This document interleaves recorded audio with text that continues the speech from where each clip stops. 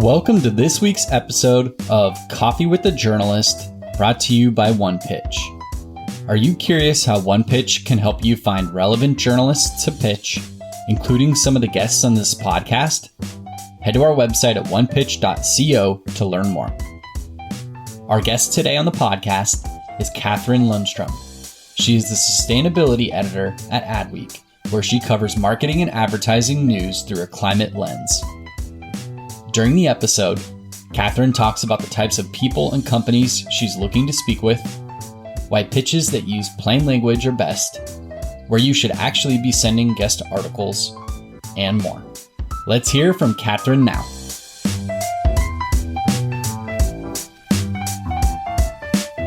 Welcome, everyone. This is Coffee with a Journalist. I'm Beck Bamberger, here hosting these little chats every week with fabulous journalists.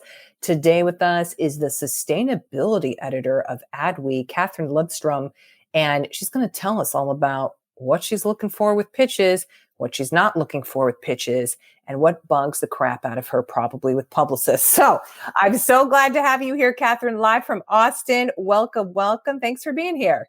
Thank you so much for having me. I'm excited to be here. Oh, we are too. First of all, I think you're the first sustainability editor that we've had on here. There's been quite a few climate tech reporters, or they're on a certain beat of climate tech, sustainability. But how would you encompass the role that you're playing at Adweek in relation to sustainability?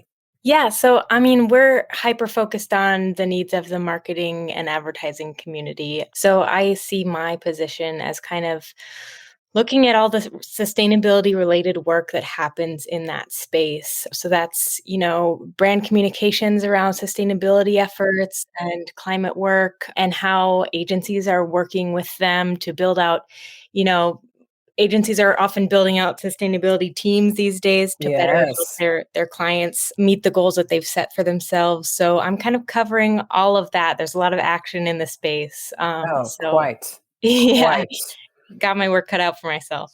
Indeed. How is your inbox? Oh, it's crazy. It's always crazy. Does that mean you're not of the inbox zero crowd, of which there are a few? No, I do. I always get it down back to zero. Oh, I think that's touch zero. More of a personality thing. It stresses me out to have, me too. To have a number there. So I at least click through them all.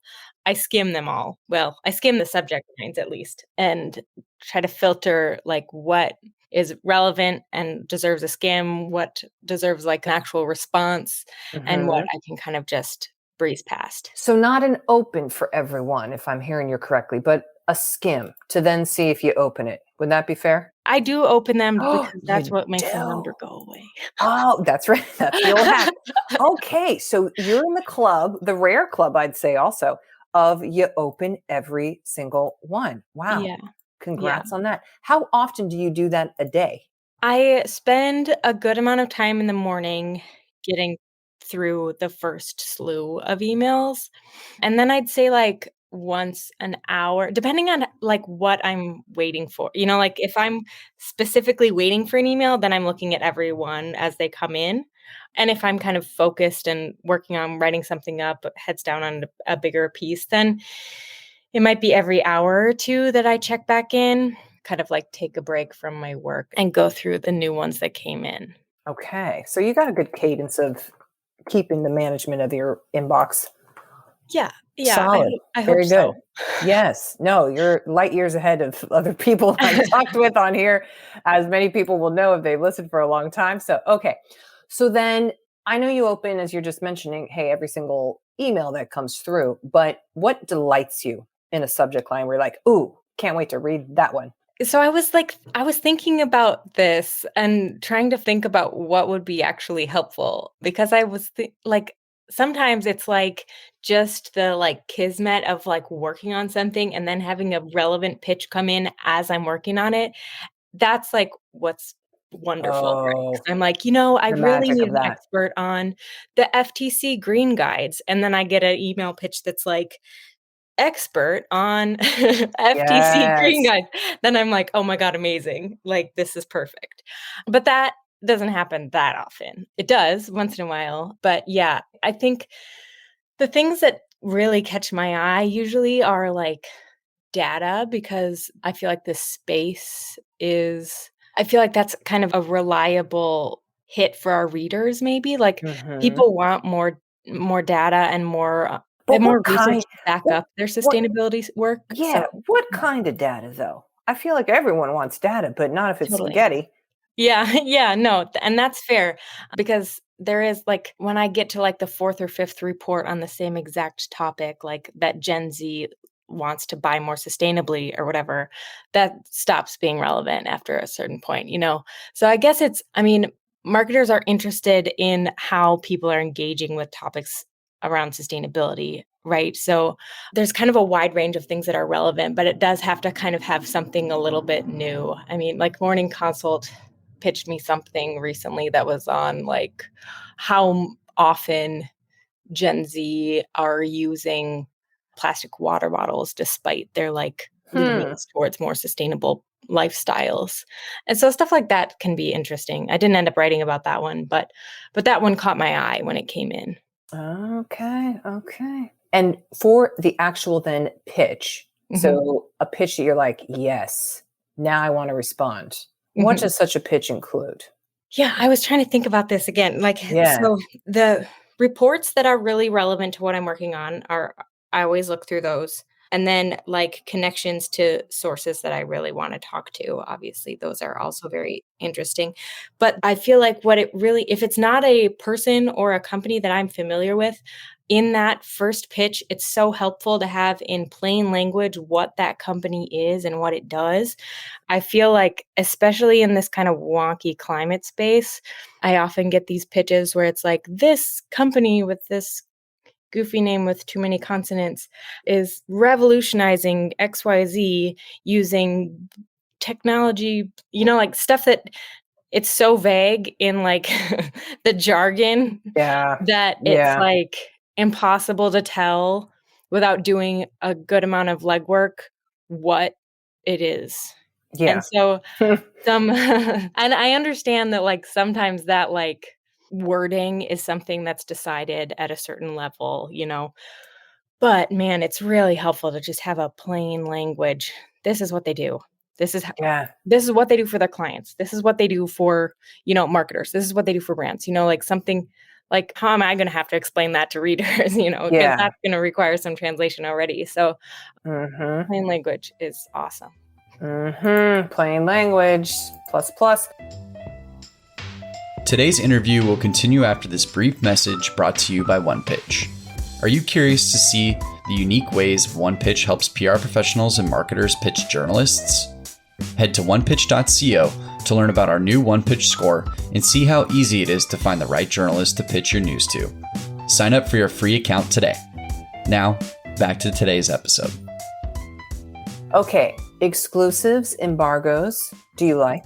Yeah, so sometimes, yes. I think exclusive interviews can be useful when there's an announcement coming. Embargoed data and reports like that I was talking about, I appreciate getting an embargo ahead of time so I have a chance to look through a report and decide, whether that's something we want to cover before it's public. What's less relevant is embargoes on campaigns for me, because I don't cover campaigns generally speaking. So if I get an embargoed campaign from a fast food brand, like that's never relevant to me. And and like it's often like, okay, this is embargoed for tomorrow. And I'm like, even if I was going to be interested in writing about that, I can't turn it around in that short amount of time anyways. So that's not a helpful embargo. That's not helpful. No, Yeah. gosh. Ideally, how long do you want for an embargo where you're like, oh, I really want this, but I need X? I would say like 3 days to a week is helpful. Reasonable. Yeah, because for stuff like that, it's not like it's not a big feature that I'm going to spend weeks reporting. Usually, if it's like a report, it's just something I have to work into my schedule. And so, yeah, and it's popping up. You don't know what's happening, but you want it. Right. So yeah, like 3 to 5 like work days, I feel like. Okay. Fair enough. Fair enough. Do you have, Kathryn, like an ultimate pet peeve? I usually don't ask people that directly, but just because, we're chatting. Yes, I tweet about it every so Yes, often. we see. When people send me guest posts or guest articles, that's never, never, never something that I'm going to oversee. That's a different part of Adweek. They need to be talking to Will Russo, my colleague, and they need to pitch it through a different channel. We have like a contributor form that needs to be filled out. So those are just cluttering my inbox. We're never going to post an article that's already been written. Yeah. Now, do you do the assist though, Kathryn? Do you forward it over to anybody? Do you send it along, or are you just like, nah, I just don't reply? I used to, until that team told me to please stop doing that. They were like, they get inundated with them, and that's just not the process. It's not. And totally. If those pitches aren't coming through the correct process, then it's just extra work for them. They're already fielding like a bajillion requests. So yeah, the process has to be followed. And it's not that hard to find. It's a quick Google. It's not. No, it's not at all. I bet ChatGPT could even tell you. Yeah. Exactly. Okay. So, Kathryn, for someone who doesn't know you, maybe they're like, but Kathryn, I never go to Austin. Like, how will I ever form a relationship with you, et cetera, and so forth? How best can people build a relationship with you? Yeah, I was thinking about this too, because like there are a few PR folks who I've like kind of like followed them from brand to brand even. Like they're really good at just like bringing me timely stuff, which is awesome. And I was looking back at like when this one PR professional first reached out to me, and it was a really clear subject line. It was about the Colgate recyclable toothpaste launch. So I was like, oh, interesting. That's a brand that we would pay attention to, like big CPG brand, making something recyclable. That's relevant to me. And then we connected, and she was just like, hey, like, let's just jump on and talk about it. And sometimes I have time for that. Sometimes I don't. I did in this case. And then she was like, look, I actually really care about this stuff. And this is my area too. So I feel like she's one of few people who like works in this little niche where PR overlaps with sustainability, and she knows the space well. So I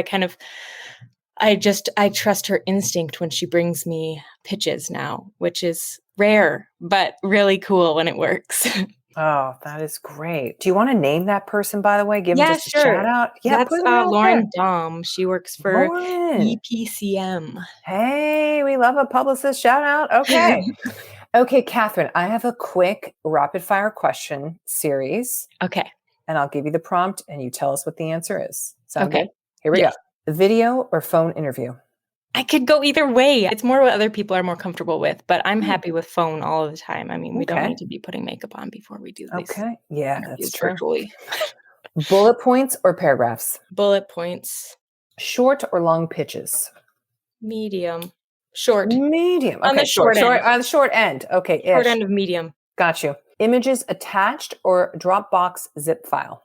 Dropbox file, I would say, because then they'll be usable. Okay. Like big enough to actually be usable for a story. Yep. Yeah. Okay. Pitches in the morning or at night? Morning. Email or Twitter DM? Email. One follow-up or multiple? One. One and done. Direct or creative subject lines? Direct. Press release or media kits? Probably press release, honestly. Kathryn, do you have anything you want to promote, brag about, tout, etc.? We'll take anything because we're here to support you. Oh, sure. Yes. Our sustainability digital package is coming out in about 2 weeks. So we're all kind of heads down on that right now and pretty excited for what that's going to look like. What would you describe the package including? Because a package can mean many things to different outlets. Yeah, go ahead. Yeah, so it's going to have, there's a list of sustainability honorees of like 6 folks that we feel like are must follows in this area for our community. So each of those folks will have a mini profile, and then there will be a slate of feature stories, a couple of bigger ones, and then I think 4-ish of like medium length ones that tackle different issues within this space. Then we'll have a video story, which our video team is currently putting together on circular fashion. And there will be a related podcast episode on, that's probably an ad. That's a long list. Fantastic. Yeah. Fantastic. Okay. Will everyone be checking out that package? Kathryn live from Austin, Texas. Love it. Thank you for being on today. Thank you so much for having me. This was fun. This was super fun. I always enjoy them. And best wishes on getting that inbox back to zero. Thank you so much. On the regular. Star student. Thanks. Thanks for listening to this week's episode of Coffee with a Journalist featuring Kathryn Lundstrom at Adweek. For more exclusive insights about the journalists on this podcast, subscribe to our weekly podcast newsletter at onepitch.co. We'll see you next week with even more insights about the journalists you want to learn more about. Until then, start great stories.